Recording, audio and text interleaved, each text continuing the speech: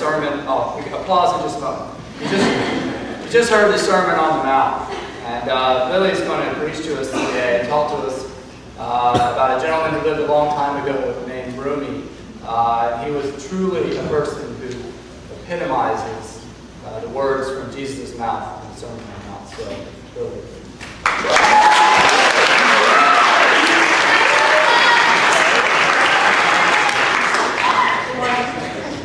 Happy Valentine's Day. Today I want to speak to you about love, and my message is pretty simple, and I hope that at the end you'll be able to appreciate it with me. Every Monday night after school for the past 6 months, I've been attending a Persian poetry class. In this class, people of my age and I gather, read and discuss legendary mystical Persian poetry. The setting of my class is really informal. It's kind of like a book club with a forum open for discussion and opinion from everyone. Recently, my class started reading poems written by Rumi, a very celebrated and renowned poet in the Persian culture. Rumi, or rather, Maulana Jalaluddin Muhammad al-Rumi, was born in an eastern province in the former Persian Empire. His family was of the noble class. His father was a rich merchant and his mother was royalty. So for Rumi, life was pretty good growing up. He had all he needed to thrive. By age 30, he was a prominent merchant with 2 wives and 4 children. His lifestyle was ideal for a man of his time. When he was in his late 30s, Rumi met Shams, a spiritual holy man and wanderer of the desert. Although little is known about how the two met initially, Rumi and Shams became immediately inseparable.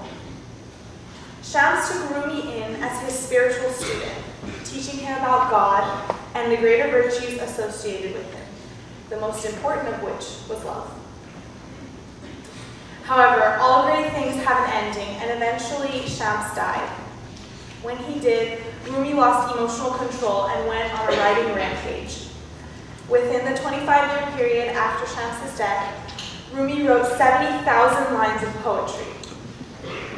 All of this poetry was themed around describing God in terms of love, which was the central virtue in all of Rumi's spiritual education.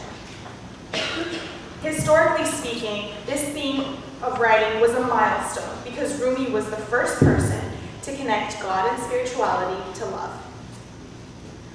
One thing that is so appealing about Rumi's work is that it's non-denominational. In other words, the messages that he presents in his poetry are meant to appeal to all people from all walks of life. He speaks neither to the Hindu, nor the Muslim, nor the Christian, nor the Jew. Rather, he speaks to all humanity by using the language of love. In one of Rumi's most famous stories, love is represented through the relationship between 2 characters. These 2 characters, a slave named Lokman and his master, who was a wealthy king, share a great amount of admiration for each other.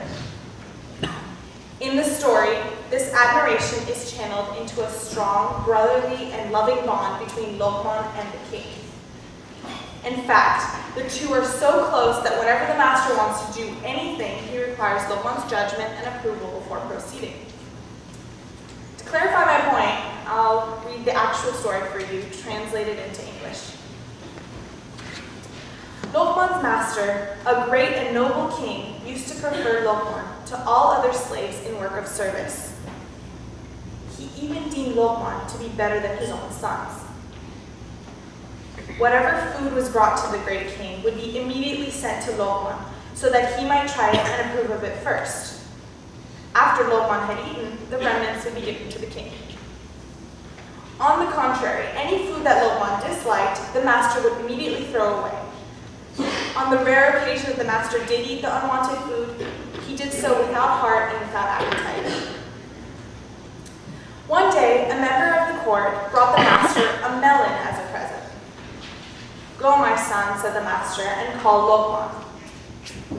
Then, the master cut the melon into 18 pieces and, when Lokman arrived, gave him a slice to try. Lokman ate the melon as if it were sugar and honey. On account of the pleasure with which he ate it, the king gave him a second slice. This process repeated itself until 17 slices had been consumed. One slice remained. The king then said, "I will eat this myself, so that I may see what a sweet melon this is. Since Lokman eats it with such pleasure, it has made my mouth water." As soon as the master ate it, his throat burned with an intense fire of bitterness that was produced by the bad taste of the melon. He was speechless for a few moments on account of this taste. Then he turned to Lokman and said, "O you who are my soul and world, how did you make all of this poison an antidote? How did you deem this cruelty to be kindness? How come you were so patient with this awful tasting melon? Why are you so brave? Or are you purposely trying to hurt yourself by eating this? Why did you not plead in anguish, saying, 'Please don't make me eat this melon'?" To this, Lokman replied, "O great one, from your bountiful hand I have eaten so much that I am bent double with shame. I was ashamed not to eat one bitter thing from your hand, my master. Since all parts of me have grown from you, if I were ever to complain because of one bitter thing, I would hope that the dust of 100 dirt roads would pile on top of me. The melon that you gave me so generously had the enjoyment of your loving, caring, and sugar-bestowing hand. How could such enjoyment leave any bitterness in this melon for me to taste?" Oh friends, the story of Lokman should relate to love in this way. Only through love do dregs become clear. Only through love do pains become healing. Only through love is the dead made living.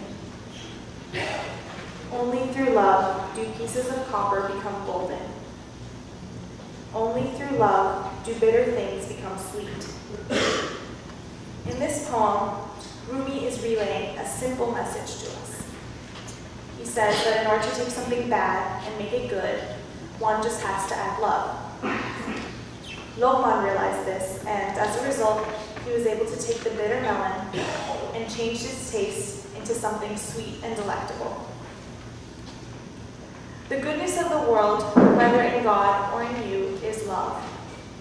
Love is merciful, compassionate, graceful, healing, and kind. Everything that makes us virtuous as humans is a product of love. Love has no race, no religion, no gender. Love is universal. Today is Valentine's Day. It is meant to be celebrated between you and your family, your friends, and your God. To show them what they mean to you, just remember to be kind. Remember to be patient in times of frustration. Remember their compassion towards you. Remember all that they have done for you. Remember all that they have given you. But most importantly, remember to recognize their kindness and remember to return the favor. On June 25th, 1967, 4 young and talented musicians opened the eyes of the world with a song titled, "All You Need Is Love." In reality, the Beatles were singing about the same idea that Rumi and his poetry represented an entire 800 years before. Simply put, love is everything. Thank you.